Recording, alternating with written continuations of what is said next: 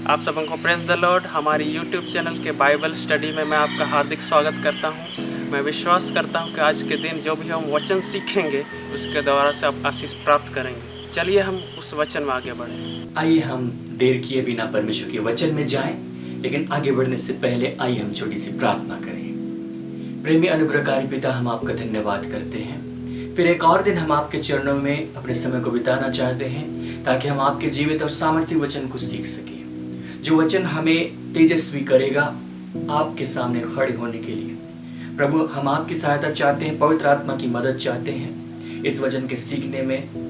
प्रभु, आप अपना नियंत्रण हमारे ऊपर में रखिए। हमारे सोच विचार, हमारी बातचीत, हमारा पूरा माहौल सब आपकी अधीनता में होने पाए। वचन को कहने में, वचन को सुनने, सीखने में, सब में आपकी अगुवाई सहायता होने पाए। यीशु मसीह के नाम में आमीन। हम लोग कई दिनों से विश्वास के विषय में सीख रहे हैं, और हम लोग इस बात को सीख रहे थे कि जो विश्वास है उस विश्वास का कोई नियम है, और जो नियम है वो बहुत साधारण है। वो नियम क्या है कि जो विश्वास है वो हमेशा वचन पर आधारित होता है। वचन के बाहर की बातों पर विश्वास का कोई अर्थ नहीं। तो सबसे पहले है वचन, फिर उसके बाद है हमारा विश्वास जो उस वचन पर आधारित है, उस वचन की प्रतिक्रिया के स्वरूप है, और उसके बाद है हमारे कथन जो उस विश्वास के अनुरूप होने चाहिए, और उसके बाद है हमारे कार्य। तो ये चारों चीज एक सीध में होने चाहिए। परमेश्वर का वचन, हमारा विश्वास, हमारा कथन और हमारे कार्य, और ये सब मिलकर विश्वास को पूरा करते हैं। आज हम इस दिशा में एक और बार आगे बढ़ेंगे और परमेश्वर के वचन से सीखेंगे। परमेश्वर का वचन पूरी बाइबल में हमें विश्वास के विषय में कई प्रकार से शिक्षा देगा, लेकिन हम लोग नए नियम से आज इस बात को सीखेंगे। और नए नियम में हम उस व्यक्ति के पास जाएंगे जिसके कारण हम विश्वास के द्वारा परमेश्वर के निकट आ सकते हैं। जो पुराना नियम था, जो पुरानी वाचा का समय था, जो मूसा की वाचा का समय था, उस समय संसार की जातियों को न्योता नहीं दिया गया था। वे विश्वास के द्वारा परमेश्वर की सहभागिता नहीं कर सकते थे। लेकिन यीशु मसीह में परमेश्वर ने हमारे लिए वो द्वार खोल दिया कि हम विश्वास के द्वारा उसकी सहभागिता करते हैं। यीशु मसीह ने एक ऐसी वाचा को हमारे साथ स्थापित किया, परमेश्वर हमारे बीच में स्थापित किया, जो विश्वास पर आधारित है। हमें जब सुसमाचार दिया जाता है तो हमें विश्वास करने का निमंत्रण दिया जाता है, और उस विश्वास के द्वारा हम परमेश्वर के साथ संबंध में शामिल हो जाते हैं। चाहे हम यहूदी हो, चाहे गैर यहूदी, चाहे हम किसी भी स्थान से आते हों, लेकिन हम विश्वास के द्वारा परमेश्वर से जुड़ जाते हैं। और उस विश्वास की वाचा को स्थापित करने वाला जो व्यक्ति था वो यीशु मसीह था। इसलिए विश्वास के विषय में जो सबसे अच्छा, बेहतर सिखा सकता है वो कोई और नहीं परंतु यीशु मसीह। इसलिए हम लोग यूहन्ना के सुसमाचार से यीशु मसीह की कुछ बातों को देखेंगे, जहां पर वो विश्वास के विषय में कुछ बातों को बोलते हैं। अध्याय 8 यूहन्ना के सुसमाचार, वहां पर यीशु मसीह अपने विषय में लोगों को सिखा रहे थे। वहां जितने यहूदी फरीसी इकट्ठे हुए थे, यीशु मसीह अपने विषय में साफ साफ उनको बता रहे थे कि वो कौन है, और वो इस बात को कह रहे थे कि तुम नीचे के हो, मैं ऊपर का हूं। और बहुत सारी बातें उन्होंने अपने विषय में कही, और जब लोगों ने उसकी बातों को सुना तो उनमें कई प्रकार की प्रतिक्रिया आई। परमेश्वर के वचन को जब हम सुनते हैं तो हम कई प्रकार की प्रतिक्रियाएं कर सकते हैं। वहां के लोगों के जीवन में हुई उन प्रतिक्रियाओं को वहां पर लिखा गया है। लेकिन उन प्रतिक्रिया करने वालों में एक दल ऐसा भी था जिन्होंने यीशु मसीह की उन बातों को सुनकर यह विश्वास कर लिया कि यही वो मसीह है जिसका हम इंतजार कर रहे थे। और उनके विषय में वचन में लिखा है, अध्याय 8 और पद 30, वह ये बातें कह ही रहा था कि बहुतों ने उस पर विश्वास किया। वो कुछ बातों को कह रहा था, हम उनको नहीं पढ़ रहे, लेकिन वो इन बातों को कह ही रहा था कि बहुतों ने उस पर विश्वास किया। लेकिन जब हम इस विश्वास की बात को सुनते हैं तो हमें यह जानना चाहिए कि उन्होंने क्या विश्वास किया। उन्होंने यही विश्वास किया, यहाँ लिखा नहीं क्या विश्वास किया, लेकिन उन्होंने यही विश्वास किया कि यही वो मसीह है जिसके विषय भविष्यवाणी की गई थी, जिसका हम इंतजार कर रहे थे। लेकिन जिस विश्वास का सुसमाचार हमें दिया जाता है वो सिर्फ इतना नहीं है कि यीशु मसीह है, और सिर्फ इतना विश्वास करना काफी नहीं है कि यीशु मसीह है, क्योंकि जो मुस्लिम है वे भी विश्वास करते हैं कि यीशु मसीह है, परंतु उनका यह विश्वास पर्याप्त नहीं है। उससे बेहतर विश्वास चाहिए, उससे बढ़कर विश्वास चाहिए, उससे और भी बड़ी चीजें हैं जिन पर विश्वास करना हमारे उद्धार पाने के लिए जरूरी है। जिन लोगों ने उस पर विश्वास किया कि यही मसीह है, यीशु मसीह ने अब भीड़ को छोड़कर उनसे बात करना शुरू किया कि कम से कम इनको मैं उस विश्वास में पुख्ता करूं ताकि एक समय उनका विश्वास मुकम्मल हो जाए, पूरा हो जाए और वे उद्धार पाए, नया जन्म पाए। वे मेरे क्रूस मृत्यु पर विश्वास कर सके, मेरे पुनरुत्थान पर विश्वास कर सके और उसके द्वारा आने वाली आशीष पर, पापों की क्षमा पर, परमेश्वर के ग्रहण करने पर विश्वास कर सके। इस बात के लिए वो उनको तैयार करना चाहता था और इसलिए पद 31 कहता है, तब यीशु ने उन यहूदियों से जिन्होंने उस पर विश्वास किया था कहा, यदि तुम मेरे वचन में बने रहोगे तो सचमुच मेरे चेले ठहरोगे। ये नहीं कि उसने संपूर्ण वचन एक ही बार में कह दिया, वो कहता जा रहा था। अपनी 3.5 साल की सेवकाई में उसने धीरे धीरे ये प्रकट करना शुरू किया कि वो एक दिन क्रूस पर मरेगा और उसने इस बात को कहना शुरू किया कि जो मैं कह रहा हूं यदि तुम उसमें बने रहो, जो मेरा संदेश है। यूहन्ना के सुसमाचार में कई बार उसका संदेश दर्ज किया गया। जब भी उसका संदेश दर्ज किया गया लंबे चौड़े ढंग से, उसमें हमेशा एक बात सामने आई कि यीशु मसीह क्रूस पर मरेगा। जब वो निकोदेमुस से बातें कर रहे थे, वहां पर यह बात आई कि यीशु मसीह उनके लिए मरेगा। जिस प्रकार जंगल में मूसा ने सांप ऊंचे पर चढ़ाया, अवश्य कि मनुष्य का पुत्र उसी प्रकार ऊंचे पर चढ़ाया जाए। जब वो कफरनहूम के आराधनालय में उपदेश दे रहा था जीवन की रोटी के विषय में, उसने अपने मांस और लहू के विषय में कहना शुरू किया, अर्थात मैं एक दिन मरूंगा। और अब जो यहूदी उस पर विश्वास कर रहे हैं उनसे वो बातें कर रहा है, यदि तुम मेरे वचन में बने रहो, मेरे मरने, मेरे पुनरुत्थान तक तुमको ठहरना पड़ेगा। अभी मैं मरा नहीं हूं, अभी जो तुम्हारी अपेक्षाएं वो दूसरे प्रकार की हैं। तुम सोचते हो कि यही वो मसीह है जो हमें रोमन शासन से छुड़ाएगा। तुम राजनीतिक तरीके से सोचते हो, सांसारिक तरीके से सोचते हो, लेकिन हमारा काम आत्मिक है। अब तुम्हें इसके लिए मेरी मृत्यु तक आना ही पड़ेगा। तुम पीछे न लौट जाना, तुम मेरे वचन में बने रहोगे तो मेरे चेले ठहरोगे। और फिर वो उनको स्वतंत्रता की बातें सिखाने लगा, सत्य की बातें बताने लगा। लेकिन ये बातें उनको पसंद नहीं आई और आखिरकार जब हम इस बात को आगे बढ़ते हैं तो हम ये पाएंगे कि यीशु मसीह और यहूदियों के बीच में विवाद शुरू हो गया। उन यहूदियों ने जिन्होंने उस पर विश्वास किया था, यीशु का इनकार करना शुरू कर दिया और फिर यीशु मसीह को यह कहना पड़ा पद 37 में, मैं जानता हूं कि तुम अब्राहम के वंश से हो तो भी मेरा वचन तुम्हारे हृदय में जगह नहीं पाता। जिन बातों की चर्चा मैं तुम्हारे साथ करना चाहता हूं तुम उसका इनकार कर रहे हो। मेरा वचन तुम्हारे हृदय में जगह नहीं पाता। जबकि अभी मैंने क्या कहा था, यदि मेरा वचन तुम में बना रहे तो तुम सचमुच मेरे चेले ठहरोगे। सिर्फ इतना विश्वास करना काफी नहीं कि मैं ही मसीह हूं, और भी कुछ विश्वास करना था। तुम्हारे हृदय में मेरा वचन जगह नहीं पाता, इसलिए तुम मुझे मार डालना चाहते हो। मैं वही कहता हूं जो अपने पिता के यहां देखा है और तुम वही करते हो जो तुमने अपने पिता से सुना है। तुम वही कर रहे हो। तुम्हारा पिता अभी बदला नहीं है। कौन पिता? यीशु मसीह शैतान की तरफ इशारा कर रहे थे। आगे जब हम बढ़ते हैं पद 44 में, यीशु मसीह उनको कहते तुम अपने पिता शैतान से हो। लेकिन जो यहूदी थे वे समझे नहीं। उन्होंने उसको उत्तर दिया कि हमारा पिता तो अब्राहम है, हमारा पिता तो अब्राहम है। यीशु मसीह इनकार नहीं करते कि वे यहूदी अब्राहम के वंश से, और वे कह रहे हैं कि हमारा पिता तो अब्राहम है। लेकिन अब जो यीशु मसीह का उत्तर आता है ये बहुत महत्वपूर्ण है। और वो उत्तर क्या है? यीशु ने उनसे कहा, यदि तुम अब्राहम के संतान होते तो अब्राहम के समान काम करते। यदि तुम अब्राहम की संतान होते तो अब्राहम के समान काम करते। अब्राहम के किस काम की चर्चा यीशु मसीह कर रहे थे?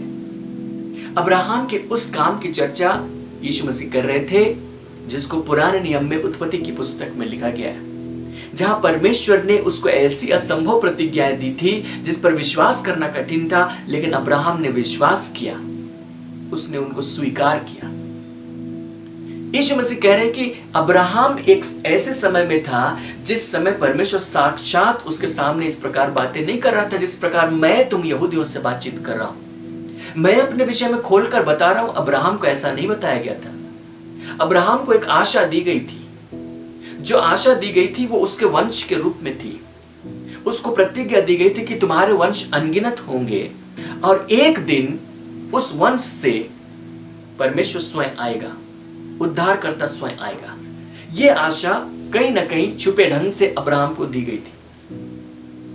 परमेश्वर ने उत्पत्ति की पुस्तक अध्याय 15 पद 1 में उससे कहा था कि हे अब्राहम मत डर, तेरा अत्यंत बड़ा प्रतिफल मैं हूं, तेरी ढाल मैं हूं, तेरा अत्यंत बड़ा प्रतिफल मैं हूं। तेरी कोई संतान नहीं है, मैंने वादा किया है कि तुम्हें संतान होगा, परंतु उन संतानों में जो तेरा प्रतिफल होगा वो मैं हूं। इसका मतलब है कि जो संतान तुम्हारे उत्पन्न होंगे, मैं उन्हीं संतानों में से होकर कहीं पर आऊंगा। और अब्राहम ने क्या किया? अब्राहम ने परमेश्वर की बात पर विश्वास किया। यीशु मसीह ने आगे बढ़कर उनसे इस बात को कहा पद 56 में कि तुम्हारा पिता अब्राहम मेरा दिन देखने की आशा से बहुत मगन था, तेरी ढाल और तेरा अत्यंत बड़ा प्रतिफल मैं हूं। अब्राहम को परमेश्वर ने कह दिया था, तुम्हारे वंश से होकर मैं किसी प्रकार आ रहा हूं। अब्राहम को यह बात किसी प्रकार समझ में आ गई थी और इसी कारण अब्राहम परमेश्वर के दिन को या यीशु मसीह के दिन को देखने की आशा में बहुत मगन भी था और उसने देखा और आनंद किया। उसने देखा और आनंद किया। यहूदियों ने तुरंत समझ लिया कि यह क्या कह रहा है। उन्होंने कहा कि तू अब तक 50 वर्ष का नहीं, फिर भी तूने अब्राहम को देखा है। मतलब अब्राहम ने तेरा दिन देखा, इसका मतलब तू अब्राहम जब जिंदा था तब था। लेकिन यीशु मसीह वो नहीं कह रहे थे।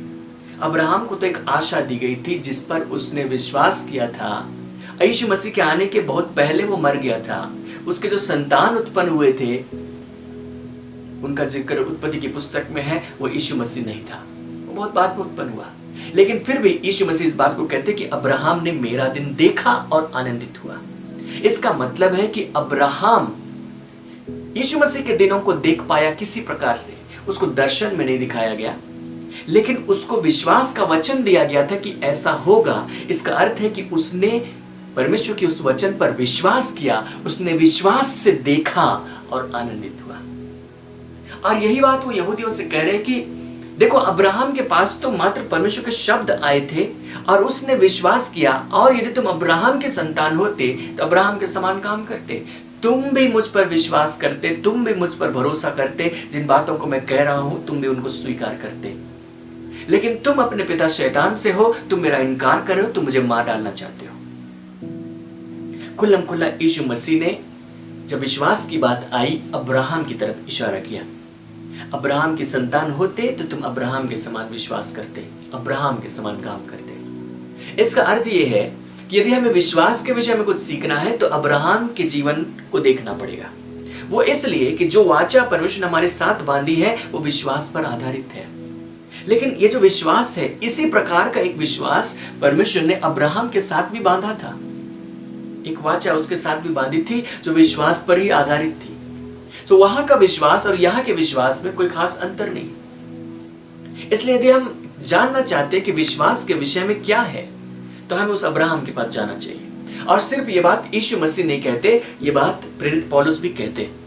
आज हम लोग इस बात को जानते हैं कि हम जितने भी विश्वास करने वाले लोग हैं सब परमेश्वर की संतान कहलाते हैं। चाहे वो यहूदियों में से आए, चाहे वो गैर यहूदियों में से आए, चाहे वे खतना वालों में से आए, चाहे वे बेखतना वाले में से हो। यदि वे विश्वास करने वाले हैं तो वे परमेश्वर की संतान हैं। और इसी के विषय में परमेश्वर ने प्रतिज्ञा की थी अब्राहम से कि तुम्हारे वंश अनगिनत होंगे, आकाश के तारों के समान होंगे। तो दरअसल सिर्फ वो उसके शारीरिक वंशजों के लिए नहीं कह रहा था, लेकिन वह उन सब के लिए कह रहा था जो एक दिन विश्वास के द्वारा परमेश्वर की संगति में आएंगे। सो जितने लोग यीशु मसीह पर विश्वास करते हैं, बाइबल कहती है वे सभी अब्राहम की संतान। अब्राहम किसी न किसी रूप में उनका पिता है। और इसी बात को प्रेरित पौलुस रोमियो की पत्री अध्याय 4 में कहते हैं। पद 9 से जब हम पढ़ते हैं तो लिखता है कि हम यह कहते हैं अब्राहम के लिए उसका विश्वास धार्मिकता गिना गया। तो वह कैसे गिना गया? खतने की दशा में या बिना खतने की दशा में? खतने की दशा में नहीं, परंतु बिना खतने की दशा में। क्योंकि वहां पर सवाल था कि अगर खतना वाले विश्वास करेंगे तो धर्मी ठहरेंगे, ठीक है, लेकिन बिना खतना वाले विश्वास करेंगे तो धर्मी ठहरेंगे, कैसे कह सकते हो? तो उसने तर्क दिया कि अब्राहम ने भी जब विश्वास करना शुरू किया था वो बिना खतने की दशा में ही था। इसीलिए खतना वाले भी अब्राहम की संतान कहलाएंगे और वे भी विश्वास द्वारा धर्मी ठहरेंगे। उसी प्रकार बिना खतना वालों के साथ भी है, दोनों में कोई अंतर नहीं। उसने खतने का चिन्ह पाया जो कि उस विश्वास की धार्मिकता पर छाप हो जाए जो उसने बिना खतने की दशा में रखा था, जिससे वह उन सब का पिता ठहरे जो बिना खतने की दशा में विश्वास करते हैं, ताकि वे भी धर्मी ठहरे और उन खतना किए हुओं का पिता हो जो न केवल खतना किए हुए परंतु हमारे पिता अब्राहम के उस विश्वास की लीक पर भी चलते हैं जो उसने बिन खतने की दशा में किया।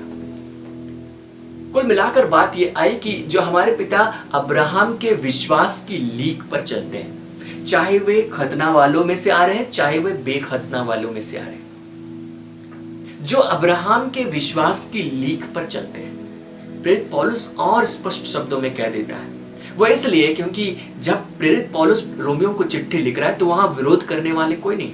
यीशु मसीह भी इन बातों को समझाना चाहते थे, लेकिन यहूदी उनके सामने जो खड़े थे वो वाद विवाद कर रहे थे, विरोध कर रहे थे। यीशु मसीह खुलकर उन बातों को कह नहीं पाए क्योंकि वे लोग स्वीकार करने के लिए तैयार नहीं थे। इसलिए जितना हो सका, जितना संभव था, यीशु मसीह ने कह दिया, अब्राहम की तरफ इशारा कर दिया। लेकिन प्रेरित पौलुस भी यहाँ इशारा करे और साफ साफ करे और स्पष्ट उन्होंने लिखा कि जो हमारे पिता अब्राहम के विश्वास की लीक पर चलते हैं। इसका मतलब है यदि विश्वास को सीखना है तो हमें जाना पड़ेगा अब्राहम के पास। और आगे लिखता है पद 16 में, उसके आखिरी भाग में, इसी कारण विश्वास प्रतिज्ञा विश्वास पर आधारित है कि अनुग्रह की रीति पर हो कि वह उसके सब वंशजों के लिए दृढ़ हो, न कि केवल उसके लिए जो व्यवस्था वाला है वरन उसके लिए भी जो अब्राहम के समान विश्वास वाले हैं। वही तो हम सब का पिता है। यदि तुम अब्राहम की संतान होते तो अब्राहम के समान काम करते। और यहाँ पर प्रेरित स्पष्ट रूप से कह देता है कि वही अब्राहम तो हम सब का पिता है, चाहे हम खतना वाले बेखतना वाले, यदि हम यीशु पर विश्वास करते हैं, रोमियो की पत्री का संदर्भ यही है, तो अब्राहम हमारा पिता है, वही तो हम सबका पिता है। तो इसका मतलब है यदि हम विश्वास सीखना चाहते हैं तो उस पिता अब्राहम से सीखना पड़ेगा। यदि तुम अब्राहम की संतान होते तो अब्राहम के समान काम करते हैं। पद 17 में लिखा है, जैसा लिखा है, मैंने तुझे बहुत सी जातियों का पिता ठहराया है, उस परमेश्वर के सामने जिस पर उसने विश्वास किया और जो मरे हुओं को जिलाता है और जो बातें है ही नहीं उनका नाम ऐसा लेता है कि मानो वे हैं। उसने निराशा में भी आशा रख कर विश्वास किया। ये जो पद है पद 17 और उसके साथ जो पद 18 का शुरुआत, ये अब्राहम की संपूर्ण विश्वास यात्रा का सारांश है। जब परमेश्वर ने उसको विश्वास करने के लिए बुलाया, वहां से लेकर जब उसने विश्वास की यात्रा को पूरी किया, ये संपूर्ण विश्वास की यात्रा इस पद में झलकती। और कहा यह जा रहा है कि परमेश्वर ने उससे कहा था, और ये पद लिखा भी उत्पत्ति 17 के 5 में, कि मैंने तुझे बहुत सी जातियों का पिता ठहराया। और कब उसको ये कहा? जब उसके कोई भी संतान नहीं थे, उस समय इसको ये कहा गया। और यह लिखा है कि अब्राहम ने निराशा में भी आशा रखकर विश्वास किया उस परमेश्वर के सामने, जिस परमेश्वर के साथ दो बातें जुड़ी हैं, और में से एक है जो मरे हुओं को जिलाता है, और जो दूसरा है वो ये है कि जो बातें हैं नहीं उनका नाम ऐसे लेता है मानो वे हैं। सो अब्राहम ने ऐसी खूबी रखने वाले परमेश्वर के सामने निराशा में भी आशा रखकर विश्वास किया। और हम इन बातों को उत्पत्ति की पुस्तक से पढ़कर देखेंगे ताकि हम समझ पाए कि अब्राहम ने किस प्रकार विश्वास किया और हमें भी किस प्रकार विश्वास करना चाहिए। जो विश्वास है वो अब्राहम से सीखना पड़ेगा। यीशु मसीह का स्पष्ट कथन है, प्रेरित पौलुस इस बात को साफ साफ कह रहे हैं। और इसलिए हम लोग उत्पत्ति की पुस्तक में जाएंगे, और जब हम लोग जाएंगे तो अब्राहम की विश्वास की यात्रा शुरू होती है पद अध्याय 12 से, जब परमेश्वर ने उसको अपने लिए बुलाया। उत्पत्ति अध्याय 12, वहां लिखा है कि यहोवा ने अब्राम से कहा, उस समय उसका नाम अब्राम था, अपने देश और अपने कुटुंबी और अपने पिता के घर को छोड़ उस देश में चला जा जो मैं तुझे दिखाऊंगा, और मैं तुझसे एक बड़ी जाति बनाऊंगा और तुझे आशीष दूंगा और तेरा नाम महान करूंगा और तू आशीष का मूल होगा। जो तुझे आशीर्वाद दे उन्हें मैं आशीष दूंगा, जो तुझे कोसे मैं उसे शाप दूंगा। भूमंडल के सारे कुल तेरे द्वारा आशीष पाएंगे। जब उसको बुलाया गया, उसको प्रतिज्ञाएं दी गई। उस प्रतिज्ञा में एक बात शामिल थी जिसके तहत बातें हो रही है, जिसके तहत प्रेरित पौलुस बात कर रहे हैं, हम सीधे उस पर जा रहे हैं। बहुत सी बातें कही गई, उन पर चर्चा की जा सकती है, पर हम एक ही बात पर जा रहे हैं। उससे कहा गया कि मैं तुझसे एक बड़ी जाति बनाऊंगा। और उस समय अब्राहम की स्थिति क्या थी? पद 4 कहता है, यहोवा के इस वचन के अनुसार अब्राम चला और लूत भी उसके संग चला, और जब अब्राम हरान देश से निकला उस समय वह 75 वर्ष का था। जिस समय ये प्रतिज्ञा उसको दी गई, अब्राहम की आयु लिखी गई है 75 वर्ष। बाइबल बताती है कि उसकी जो पत्नी थी वो उससे 10 वर्ष छोटी थी, तो उसकी आयु थी 65 वर्ष। इसका मतलब ये है कि न तो अब्राहम और न तो सारे, जो उसकी पत्नी थी उसका नाम था सारे, उनके कोई संतान नहीं थे। आगे लिखा है कि उसके कोई संतान नहीं थे, और परमेश्वर ने उनसे वादा किया कि मैं तुझसे एक बड़ी जाति को बनाऊंगा। परमेश्वर का वचन इस बात को स्पष्ट करता है कि उनके साथ उनकी कोई संतान नहीं थी, सिर्फ उनका भतीजा लूत उनके साथ हो लिया। और परमेश्वर की प्रतिज्ञा का पीछा करते हुए वे उस देश में चले गए जो परमेश्वर उनको दिखा रहा था। मैं तुझसे एक बड़ी जाति बनाऊंगा, ये परमेश्वर ने कहा था। पद 7 में लिखा है, तब यहोवा ने अब्राम को दर्शन देकर कहा, यह देश मैं तेरे वंश को दूंगा। जिस जगह पर वे पहुंचे, परमेश्वर ने कहा, यह देश मैं तेरे वंश को दूंगा। तुम संतान उत्पन्न नहीं कर सकते, तुम्हारी दोनों की योग्यता वो नहीं रही, तुम्हारे शरीर की स्थिति वैसी नहीं है, लेकिन मैं परमेश्वर बोल रहा हूं और मैं ये कह रहा हूं कि मैं तुम्हें ये वंश दूंगा। निराशा की परिस्थिति थी, सारे गर्भ धारण नहीं कर सकती थी, लेकिन परमेश्वर कह रहा है कि मैं दूंगा। और परमेश्वर का वचन रोमियो की पत्री में क्या लिखा गया कि अब्राहम ने निराशा में भी आशा रखकर विश्वास किया। और आगे परमेश्वर इस प्रतिज्ञा को बार बार उसके साथ दोहराता रहा। अध्याय 13 जब हम देखते हैं, उसके पद 16 यह लिखा है, और मैं तेरे वंश को पृथ्वी की धूल के किनकों के समान बहुत करूंगा, यहां तक कि जो कोई पृथ्वी की धूल के किनकों को गिन सकेगा वही तेरा वंश भी गिन सकेगा। और उसने उस वंश के विषय में कहना जारी रखा। अभी उसके संतान नहीं, 75 वर्ष की आयु से वो निकला है। फिर एक एक दिन बीतते जा रहे हैं, साल दर साल बीतते जा रहे हैं। परमेश्वर फिर से बातचीत करता चला जा रहा है, और हर बार जब वो बातचीत करता है इस बात को दोहराता है कि तुम्हारे वंश अनगिनत होंगे। तुम्हारी अपनी शक्ति से नहीं, तुम्हारे अपने सामर्थ्य से नहीं, तुम्हारी अपनी योग्यता से नहीं, लेकिन मेरे कारण। क्योंकि ये मैं वो परमेश्वर हूं जो उसका नाम ऐसे लेता है, जो वस्तु है नहीं उसका नाम ऐसे लेता है मानो वो है। उसने अब्राहम से कहा कि तेरे वंश अनगिनत होंगे। उसने उसको तुलना करने के लिए एक चीज दी, धूल के किनको, बालू के किनको के समान अनगिनत होंगे। और ये जानबूझकर कहा गया, बालू के किनके जानबूझकर कहे गए, क्योंकि वहां पर बालू बहुतायत से थे। अब जब भी अब्राहम बालू को देखेगा तो उसको परमेश्वर की प्रतिज्ञा स्मरण आएगी। परमेश्वर ने कहा कि मेरे संतान इन बालू के किनकों के समान अनगिनत होंगे। वो बालू उसको परमेश्वर की प्रतिज्ञा की तरफ धकेलेगा, उसको याद दिलाएगा।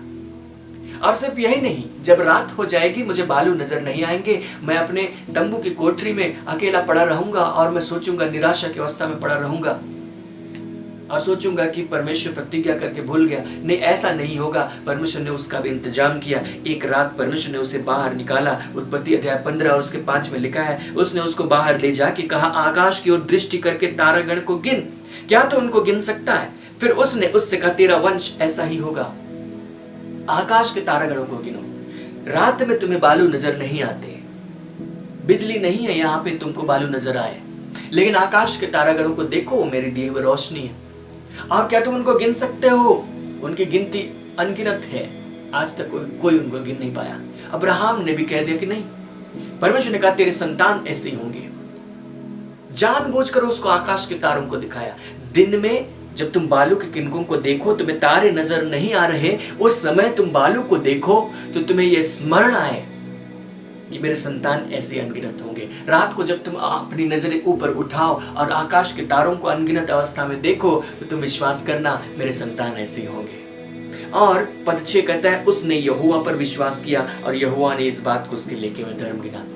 इसी बात को प्रेरित पौलुस अपनी पत्री में लिख रहा था। उसने निराशा की परिस्थिति में आशा रखकर विश्वास किया।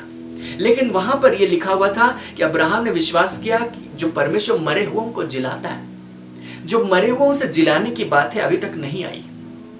हाँ, एक बात यह आती है कि सारा के गर्भ की मरी हुई सी दशा को परमेश्वर ने जीवित किया, लेकिन जो मरे हुओं को जिलाने की बात है वो इसके बाद आती है, जिस पर अब्राहम ने विश्वास भी किया था। लेकिन हम धीरे से वहां तक पहुंचेंगे। अब्राहम के विश्वास को हम देख रहे हैं। पहली बात, उसको एक प्रतिज्ञा दी जाती है अब्राम उस प्रतिज्ञा पर विश्वास करता है, लेकिन उस विश्वास को पुख्ता करने के लिए, उस विश्वास का माहौल को देने के लिए उसको बालू के किनकों से तुलना की जाती है, उसको आकाश के तारों से तुलना की जाती है, ताकि वो दिन और रात हर परिस्थिति में उस माहौल में रह सके, उस प्रतिज्ञा के इर्द गिर्द रहे, उन प्रतिज्ञाओं पर सोच विचार करता रहे और ये विश्वास पूर्णता को प्राप्त करे। पिछले दिनों हम लोगों ने एक संदेश सुना था, विश्वास का माहौल। यह माहौल अत्यंत जरूरी है, अब्राम के लिए भी जरूरी था। उसको यह माहौल देना था, और उस समय ऐसा कोई प्रचार नहीं हो रहा था, उस समय बाइबल नहीं थी, तो परमेश्वर ने अपने तरीके से उसको माहौल दिया। दिन में बालू वही माहौल है, रात में तारे वही माहौल है, क्योंकि जब तुम उनको देखोगे मेरी प्रतिज्ञा तुम्हें याद आएगी, और उसके लिए तुमको थोड़ा सा मेहनत करना पड़ेगा। जब तुम देखो तो तुम्हें याद आना चाहिए, तुम स्मरण करो मैंने क्या कहा, और इस माहौल के साथ तुम आगे बढ़ो, आगे बढ़ो, आगे बढ़ो, तुम्हें तुम्हारा प्रतिफल जरूर मिलेगा। इसके साथ जहां पर हमने पद को पढ़ा था रोमी 4:17 में, जैसा लिखा है मैंने तुझे बहुत सी जातियों का पिता ठहराया, हम वहां पर आते हैं। अध्याय 17 में हम पहुंचते हैं, हम अध्याय 12 से यात्रा करें अध्याय 17 में। अब अब्राम की अवस्था जो है उसको हम पढ़ लेते हैं। पद 1 में लिखा है, जब अब्राम 99 वर्ष का हो गया तब यहोवा ने उसको दर्शन देकर कहा। अब्राम की आयु 99 वर्ष की हो गई है, और हम बीच के पूरे अध्यायों को पढ़े, अब्राम की अभी तक कोई संतान नहीं। परमेश्वर ने जिस प्रतिज्ञा को उसे दिया है उस प्रतिज्ञा के अनुसार उसके कोई संतान नहीं। 99 वर्ष का हो चुका, 24 साल हो गया। विश्वास करते करते, मन में विश्वास करते करते, एक माहौल रखते हुए 24 साल गुजर गए, अभी तक कोई संतान नहीं। कई बार लोग अपने विश्वास की यात्रा में इसी प्रकार चलते तो हैं, परंतु हार जाते हैं, प्रतिफल नहीं पा सकते। उसका कारण यह है कि कई बार यात्रा लंबी होती है, और यात्रा लंबी होने का कारण यह है कि उनका विश्वास अभी पूरी तरह मुकम्मल नहीं हुआ है। जब तक उनका विश्वास मुकम्मल नहीं होगा, यात्रा चलती रहेगी। इनको 24 साल लग गए उस विश्वास की यात्रा को पूरी करने में, और आखिरकार 99 वर्ष की अवस्था में परमेश्वर ने उसे दर्शन दिया विश्वास को पूरा करने के लिए, क्योंकि वे दिन और रात बालू और आकाश के तारों को देख रहे थे। उस माहौल में पहुंच गए जहां पर विश्वास का प्रतिफल उनको मिल जाना चाहिए था। परमेश्वर ने दर्शन दिया आखिरकार। और पद 5 जिसको हम पढ़ेंगे, इसलिए परमेश्वर अब्राम से बात करके कहता है, इसलिए अब से तेरा नाम अब्राम न रहेगा, परंतु तेरा नाम अब्राहम होगा, क्योंकि मैंने तुझे जातियों के समूह का मूल पिता ठहरा दिया। उस रात परमेश्वर ने जब उसे दर्शन दिया, परमेश्वर ने कहा, मैं तुम्हारा नाम बदल रहा हूं, तुम्हारा नाम अब्राम है। और इब्रानी भाषा में, जिस भाषा को अब्राम और उसके लोग बोलते थे, अब्राम का अर्थ होता है उन्नत पिता। लेकिन क्योंकि मेरी प्रतिज्ञा है कि तुम्हारे संतान अनगिनत होंगे, तो तुम्हारा नाम भी वैसा ही होना चाहिए। तुम्हारा नाम होगा अब्राहम, जिसका अर्थ होगा जातियों के समूह का मूल पिता। तुम्हारा नाम अब्राहम होगा क्योंकि मैंने तुझे जातियों के समूह का मूल पिता ठहरा दिया है। उसने उसका नाम बदल दिया, और उसने न सिर्फ अब्राहम का नाम बदल दिया, उसने उसकी पत्नी का भी नाम बदल दिया। और पद 15 कहता है, फिर परमेश्वर ने अब्राहम से कहा, तेरी जो पत्नी सारै है, तो अब उसको सारै न कहना, उसका नाम सारा होगा। क्यों? सारै का अर्थ है मेरी राजकुमारी, और सारा का जो अर्थ है वो उसके अगले पद में लिखा है, मैं उसको आशीष दूंगा और तुझको उसके द्वारा एक पुत्र दूंगा, और मैं उसको ऐसी आशीष दूंगा कि वह जाति जाति की मूल माता हो जाएगी, और उसके वंश से राज्य राज्य के राजा उत्पन्न होंगे। जो सारा का अर्थ है वह है बहुत सारे राजकुमारों की माता। जो तुम्हारे वंश से उत्पन्न होने वाले, इसी सारा से उत्पन्न होने वाले, जो अनगिनत संतानों की प्रतिज्ञा मैंने की है वो इसी सारा से होंगे। उसका नाम भी मैं बदल रहा हूं, सारा। लेकिन सिर्फ नाम बदलने की बात नहीं है। जो विश्वास अब्राहम के अंदर में था, परमेश्वर के वचन के मुताबिक, हमने 4 बातों से शुरू किया था। परमेश्वर का वचन, हमारा विश्वास, हमारे कथन, हमारे कार्य। परमेश्वर का वचन सबसे पहले आता है, तुम्हारे संतान अनगिनत होंगे। उस कथन के मुताबिक अब्राहम का विश्वास होना चाहिए। इस विश्वास की परिपूर्णता के लिए विश्वास का माहौल होना चाहिए, जो अब्राहम को दिया गया, आकाश के तारों के रूप में, बालू के किनकों के रूप में। और इसके बाद अब कथन उसी कतार में आना चाहिए। और कथन वैसा नहीं है, क्योंकि जब सारे अपने पति को पुकारती तो कहती अब्राम, जिसका अर्थ है उन्नत पिता। एक भी उसके संतान है तो उन्नत पिता काफी है वो नाम। सार्थक होगा। लेकिन बहुतों का पिता उसका नाम रखा जा रहा है। तो अब नाम बदल दिया गया, जिसका अर्थ है कि सारे उसको अब्राहम के नाम से पुकारेगी, जिसका अर्थ होगा बहुतों का पिता। जो उनका विश्वास है इतने दिनों तक, वो जुबान पर आएगा। और अब्राहम भी अपनी पत्नी को सारा कहेगा, इसका अर्थ है राजकुमारों की माता। मतलब उसके वंश में से बहुत सारी जाति के लोग उत्पन्न होंगे, राजा भी उत्पन्न होंगे। तो उनका जो विश्वास है, जो मन में है, जो एक माहौल में पनप रहा है, जो दिन और रात बालों और तारों को देखकर बन रहा है, वो विश्वास जुबान पर आएगा। और वो विश्वास जुबान पर लाने के लिए परमेश्वर ने उस रात उनके नाम को बदल दिया। दूसरे दिन मैं कल्पना करता हूं, जब अब्राहम अपने कुनबे के पास में आया होगा, उसने कहा होगा कि सुनो मेरी बात। रात में परमेश्वर ने हमसे बातचीत की और उसने हमारा नाम बदल दिया। मेरा नाम आज से अब्राहम नहीं है, मेरा नाम है अब्राहम। और जो उसके कुनबे के लोग होंगे, वे लोग मनी मन हंसे होंगे, ये कैसा पागल है। क्योंकि अब्राहम इब्रानी भाषा का शब्द है जिसको उसके कुनबे के लोग समझते थे। और वे लोग समझ गए होंगे कि ये अपना नाम बता रहा है, मेरा नाम है बहुतों का पिता। आपस में खुसर पुसर किए होंगे कि देखो, संतान तो एक भी नहीं, लेकिन खुद को बहुतों का पिता कह रहा है। शायद सनक गया है, उसकी अकल ठिकाने लग गई। अब वो मरने पर है तो कुछ भी कर रहा है। लेकिन अब्राहम यहीं तक नहीं रुका और उसने अपनी पत्नी के विषय में भी बताया होगा, अब से इसका नाम सारे नहीं, लेकिन इसका नाम सारा होगा। फिर से खुसर पुसर शुरू हो गई होगी। लेकिन जो उनके अंदर का विश्वास था, उनकी जुबान से आना ही था, क्योंकि यही विश्वास का नियम है। यह नियम मनुष्य का ठहराया हुआ नियम नहीं है, यह नियम परमेश्वर की तरफ से आया हुआ नियम है।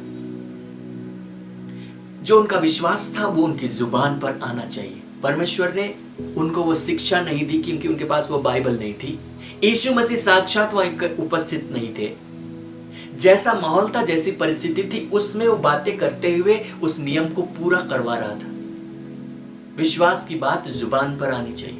और जब ऐसा हुआ, बाइबल कहती है उसके 1 साल के भीतर उनका एक बेटा पैदा हुआ जिसका नाम रखा गया इसहाक। उनके विश्वास में एक पूर्णता आई। वहां पर लिखा था, परमेश्वर का वचन है, हमारा विश्वास, हमारा कथन तीनों एक सीध में आने चाहिए। तीनों एक सीध में आ गए। उन्होंने प्रतिफल को प्राप्त किया। उन्होंने विश्वास किया, उन्होंने कहा और उन्होंने प्रतिफल को प्राप्त किया। लेकिन वहां पर पौलुस लिख रहा था कि जब ये वचन कहा गया, अब्राहम ने विश्वास किया उस परमेश्वर के सामने जो मरे हुओं को जिलाता है और उन बातों का नाम लेता, ऐसे लेता है जो बातें हैं ही नहीं। लेकिन जब हम उस पद को अलग अलग अनुवादों में पढ़ते हैं तो लोग उसका अलग अलग तरीके से उसका अनुवाद करते हैं। क्योंकि जो रोमी 4:17 है, वाकई में एक यूनानी भाषा में इस प्रकार लिखा गया है कि इसका अनुवाद 2 प्रकार से हो सकता है। कुछ अनुवाद ऐसे कहते हैं, जैसा हम लोगों ने पढ़ा था, कि जो वस्तुएं हैं ही नहीं उनका नाम ऐसे लेता है मानो वे हैं। जैसे अब्राहम, उसको रखा गया, उसका नाम रखा गया अब्राहम, जबकि उसके कोई संतान नहीं थे, उसका नाम रखा गया अब्राहम, बहुतों का पिता। एक भी संतान नहीं, उसका नाम है अब्राहम। तो जो है नहीं उसका नाम लेता है मानो वो है। लेकिन ऐसा कहने से अब्राहम के जीवन में काम हुआ और वास्तव में उसका संतान उत्पन्न हुआ। तो ये परमेश्वर के काम करने का तरीका है। परमेश्वर के काम करने का तरीका यह है कि वह चीजों को अस्तित्व में ले आने के लिए बोलता है। जैसे उत्पत्ति की पुस्तक में हुआ था, वहां दिया रहा था, परमेश्वर ने कहा उजियाला हो और उजियाला हो गया। जो 6 दिनों का वर्णन वहां पर है, वहां परमेश्वर को कुछ भी लाने के लिए, कुछ भी बनाने के लिए कहते हुए पाएंगे। वो बोल करके चीजों को अस्तित्व में ला देता है। और यही वो अब्राहम को भी किसी प्रकार करवा रहा था, क्योंकि मनुष्य परमेश्वर की समानता और स्वरूप में उत्पन्न किए गए। सो अब्राहम को भी उन चीजों को बोलना था। परमेश्वर की इच्छा थी कि परमेश्वर उसके जीवन में एक संतान दे, लेकिन ये उसी तरीके से होना था जिस तरीके से परमेश्वर चाहता था कि अब्राहम भी उन बातों को बोले और परमेश्वर उन बातों को अस्तित्व में ले आए। इसीलिए जो अनुवाद है रोमी 4:17, उसको इस प्रकार से भी किया जाता है। मैं बुल्के का अनुवाद पढ़ रहा हूं। उसके आखिरी हिस्से से, ईश्वर की दृष्टि में इब्राहिम हमारे पिता है उन्होंने उस ईश्वर में विश्वास किया जो मृतकों को पुनर्जीवित करता है और जो नहीं है उसे भी अस्तित्व में लाता है। जब हम इसको इंग्लिश में पढ़ते हैं अलग अलग अनुवादों में, इंग्लिश में अलग अलग अनुवाद, दोनों प्रकार के अनुवाद मौजूद हैं, और जो अनुवाद है मैं उसको आपके सामने रखूंगा। जो दूसरे पक्ष का अनुवाद है वो इस प्रकार से है। अगर हम लोग इंग्लिश स्टैंडर्ड वर्जन पढ़ेंगे तो लिखा है, in the presence of the God in whom he believed, who gives life to the dead and calls into existence the things that do not exist. वो उन चीजों को जो अस्तित्व में नहीं है नाम लेता है और फिर उनको अस्तित्व में ला देता है। अब्राहम ने उस परमेश्वर के सामने विश्वास किया। अगर हम इसी को पढ़ेंगे न्यू लिविंग ट्रांसलेशन में तो वहां पर लिखा है, this happened because Abraham believed in the God who brings the dead back to life and who brings into existence what didn't exist before. जो दूसरे प्रकार का अनुवाद है, जो दूसरा पक्ष इसको प्रस्तुत करता है, वो बिल्कुल बाइबल के साथ मिलता है और वो कहता है कि जो बातें हैं नहीं, परमेश्वर उनको बोल करके अस्तित्व में ला देता है। जो IBP ट्रांसलेशन है हिंदी का, इंडिया बाइबल पब्लिशर्स का, उसका जो मोबाइल वर्जन है, सॉफ्ट कॉपी, अगर हम उसको पढ़ते हैं तो वो इस प्रकार अनुवाद करते हैं। उनका जो हार्ड कॉपी है वो दूसरे प्रकार का अनुवाद पेश करता है जो BSI से मिलता जुलता है, लेकिन जो सॉफ्ट कॉपी है मैं उसका पद आपके सामने पढ़ना चाहता हूँ। वहां पर लिखा है, पूरा पद में पढ़ रहा हूँ। जैसा लिखा है, मैंने तुझे बहुत सी जातियों का पिता ठहराया है उसकी दृष्टि में जिस पर उसने विश्वास किया, अर्थात परमेश्वर में जो मृतकों को जीवन देता है और जो वस्तुएं है ही नहीं उनका नाम लेकर उन्हें अस्तित्व में ले आता है। यह है परमेश्वर के काम करने का तरीका। और परमेश्वर के सामने, उसी परमेश्वर के सामने अब्राहम ने विश्वास किया जिसको ये कहा गया था, मैंने तुझे बहुत सी जातियों का पिता ठहराया।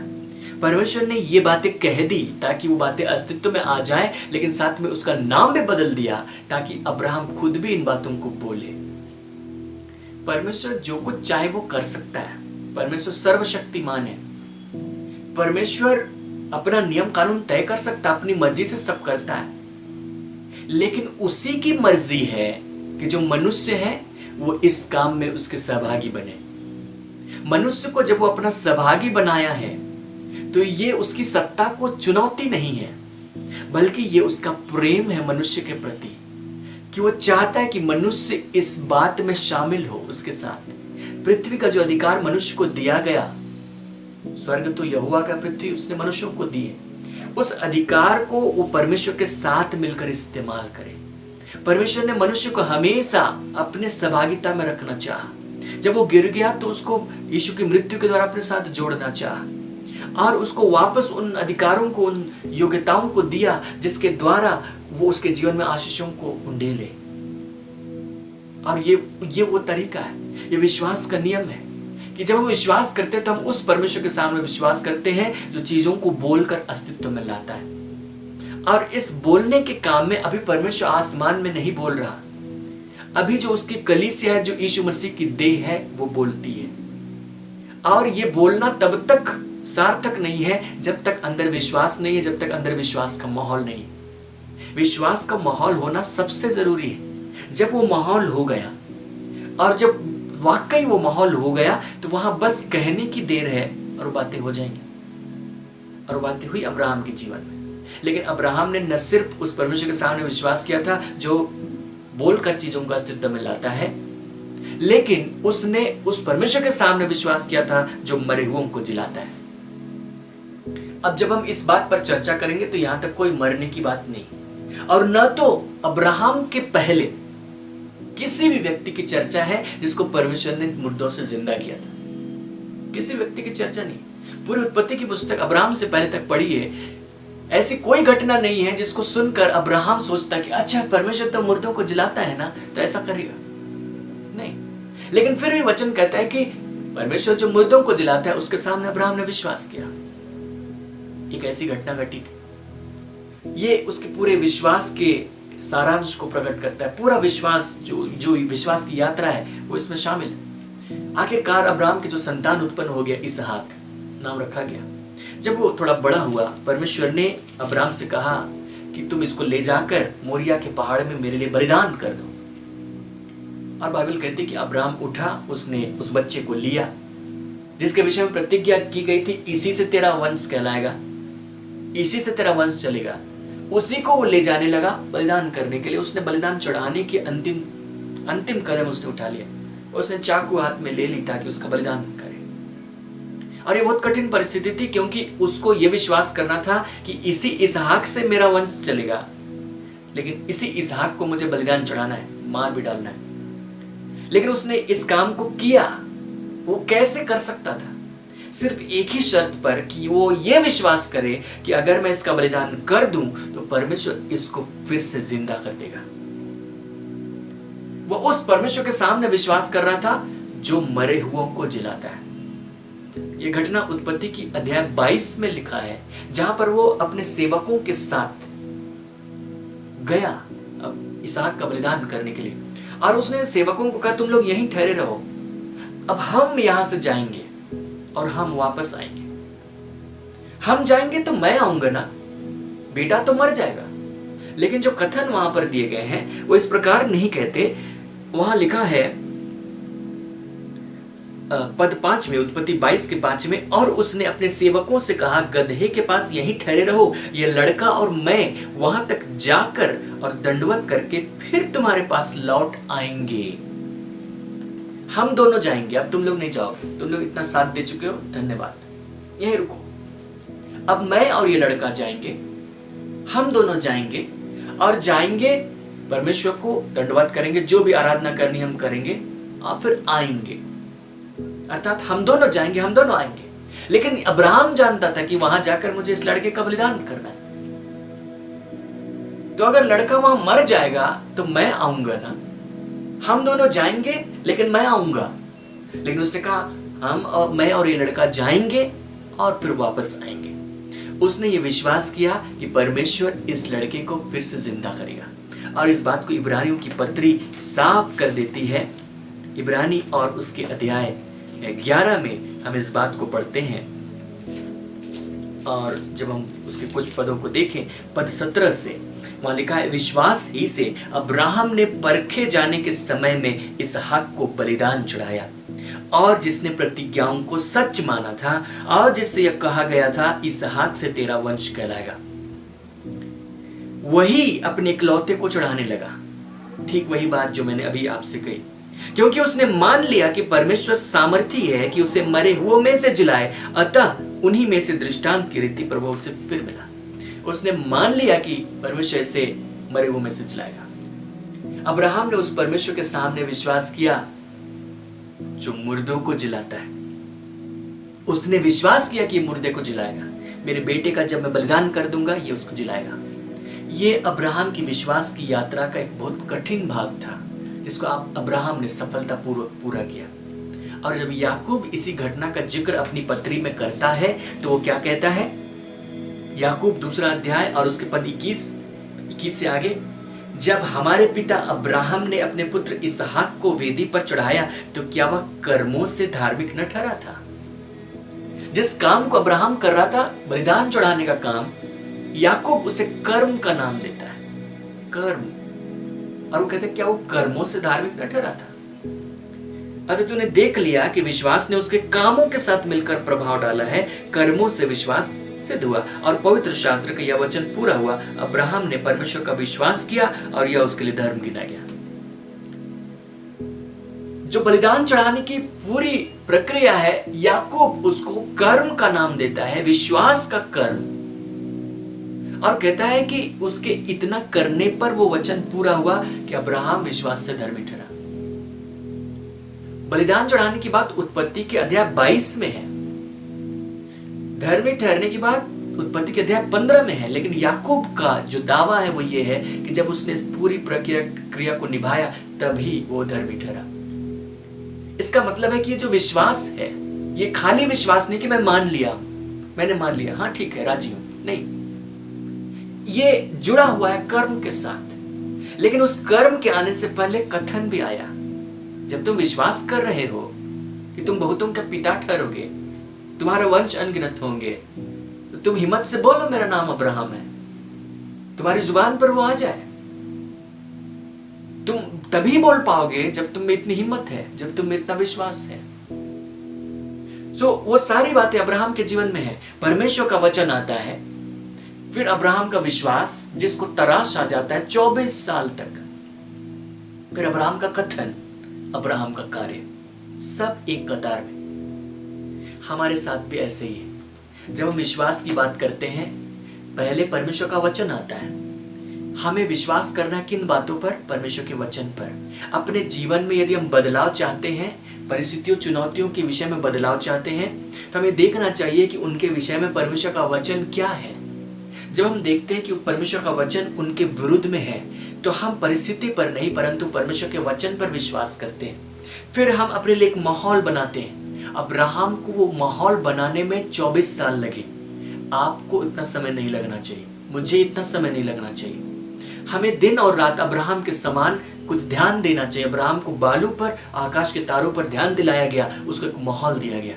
हमें भी कुछ तो माहौल बनाना पड़ेगा खुद के लिए, और इतना माहौल हो जाए कि एक दिन हम उस अवस्था में पहुंच जाए जहां हम अपने विश्वास को रिलीज कर पाए, अपने कथन के द्वारा, अपने शब्दों के द्वारा। और फिर जो हमारे काम है वो भी, यदि हमारा विश्वास वैसा ही है तो हमारे काम भी स्वतः ही वैसे ही हो जाएंगे। और इस प्रकार हमारे जो संपूर्ण विश्वास की प्रक्रिया है अपनी परिपूर्णता में पहुंच जाएगी। विश्वास मुकम्मल होगा। हम परमेश्वर की महिमा को देखेंगे, हम उसकी सामर्थ को देखेंगे। यदि आप अपने जीवन में कई प्रकार की परिस्थितियों से गुजरते हैं, यदि आप कई प्रकार की चुनौतियों से जा रहे हैं जिनको आप बदलना चाहते हैं, तो यही रास्ता है। विश्वास करने का यही नियम है। यीशु मसीह ने अब्राहम की तरफ इशारा किया। यदि तुम अब्राहम की संतान होते तो तुम अब्राहम के समान काम करते। और वचन कहता है कि हम अब्राहम की संतान हैं। हम बनने की कोशिश नहीं कर रहे हैं। इसका मतलब है हम अब्राहम के समान काम करेंगे। हम परमेश्वर के वचन पर विश्वास करेंगे। हम परिस्थिति पर, शरीर पर विश्वास नहीं करेंगे। हम संसार से आई हुई शिक्षा पर विश्वास नहीं करेंगे कि इस उम्र के बाद संभव नहीं। हम परमेश्वर के वचन पर विश्वास करेंगे। हम उसके लिए मेहनत करेंगे, चाहे कितना भी समय क्यों ना लगे। और जब हम मेहनत करेंगे, हमारे पास बहुत संसाधन है, अब्राहम से ज्यादा। हमारे पास परमेश्वर का वचन है, हमारे पास परमेश्वर के लोग हैं, हमारे पास माहौल देने के लिए बहुत सारे संसाधन उपलब्ध हैं। अब्राहम के लिए कुछ उपलब्ध नहीं था, इसलिए हमको उतना समय नहीं लगेगा। और फिर हम कहेंगे, हमारे काम भी वैसे ही होंगे और हम हर परिस्थिति को जीत लेंगे। और जब हम जीत लेंगे तो इससे क्या होगा? क्या यह हमारे घमंड के लिए होगा या परमेश्वर की सत्ता को चुनौती देने के लिए होगा? नहीं, ये परमेश्वर की महिमा के लिए होगा। यह संसार परमेश्वर को नहीं देखता है, संसार हमें देखता है। और परमेश्वर को प्रकट करने की जो जिम्मेदारी वो हमारे ऊपर है।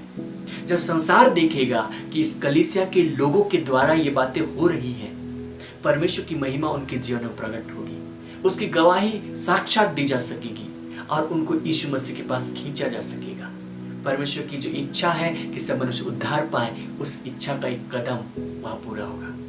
तो आइए आप और हम मिलकर इस दिशा में आगे बढ़े। विश्वास की जो शिक्षा है इसमें हम और भी आगे बढ़ेंगे, लेकिन ये शिक्षा बहुत महत्वपूर्ण है, इसलिए कभी इसको भूलिए मत। हमेशा इस पर ध्यान देते रहिए और पिछले समय जो वचन आपने सुने हैं, जो आपने पढ़े हैं, उन पर ध्यान दीजिए। उस माहौल में अपने आप को रखिए। परिणाम आपके जीवन में आ रहे हैं। उस यात्रा को आप पूरी कीजिए जिस प्रकार अब्राहम ने धीरज से पूरा किया, निराशा में आशा रखकर पूरा किया। आप भी पूरा करेंगे, आप भी गवाहियों के साथ होंगे। अब्राहम की चर्चा हम करते हैं क्योंकि अब्राहम ने विश्वास किया। यदि वो विश्वास नहीं करता, यदि वो अपने किसी भी विश्वास, कथन और कार्य इसमें चूक जाता, तो आज हम ये गवाही नहीं पा रहे होते। लेकिन उसने किया। हम भी इसी प्रकार गवाही पाएंगे और परमेश्वर की महिमा होगी। तो आइए हम परमेश्वर का धन्यवाद करें, अपने आप को समर्पित करें इस काम को करने के लिए। प्रेमी पिता, हम आपको धन्यवाद करते हैं। आपका अनुग्रह हमारे जीवन पर है। आपने हमारी सहायता की है। आपने हम पर अनुग्रह किया कि हम विश्वास के नियम को सीखें। हम धन्यवाद करते हैं कि जब हम विश्वास के कर्ता और सिद्ध करने वाले यीशु की ओर ताकते हैं तो हमें अब्राहम की तरफ इशारा करता है। वो हमें अब्राहम के समान करने के लिए भेजता है। पिता, हमने जाकर देखा अब्राहम ने कैसा विश्वास किया। प्रभु तू सहायता कर, हम भी वैसा ही विश्वास कर पाए। जो तेरा वचन है वही हमारे विश्वास का आधार हो, संसार की परिस्थितियां नहीं, और जो लोग हैं वो नहीं, और जो शरीर है वो नहीं, और जो शैतान की फुसफुसाहट है वो नहीं, और जो अनर्थ के विचार हैं और गलत सिद्धांत है वो नहीं, परंतु तेरा वचन जो हमेशा अनोखी बातें कहता है, जो हमेशा असंभव बातें कहता है, और वो वचन हमारे जीवन का आधार हो जाए। उस माहौल को बनाने में हमारी मदद कीजिए, उस विश्वास को रिलीज करने में हमारी मदद कीजिए, हमारे मुखों के द्वारा हमारे काम उस विश्वास के साथ में मिल जाए और हम एग्जैक्टली तेरी महिमा को देखने पाए। पिता, हर एक प्रियों की मदद कर, अपने जीवन की हर एक चुनौतियों में वे तेरे वचन के द्वारा जय पाते चले जाए, सामर्थ्य होते चले जाए, कलीसिया तेजस्वी होती चली जाए, और उसके द्वारा तेरे नाम की महिमा हो, लोग खींचे जाए। धन्यवाद पिता हमारी सहायता के लिए, यीशु मसीह के नाम में, आमीन। मैं आशा करता हूँ कि आज के वचन के द्वारा से आप बहुत आशीषित हुए होंगे। यदि आप हमसे जुड़कर और अधिक वचनों से सीखना चाहते हैं या आशीषित होना चाहते हैं या लोगों को बतलाना चाहते हैं, तो हमारे डिस्क्रिप्शन में एक लिंक डाला हुआ है, आप उसमें क्लिक कर सकते हैं, उसमें आप जा सकते हैं और हमसे जुड़ सकते हैं। धन्यवाद।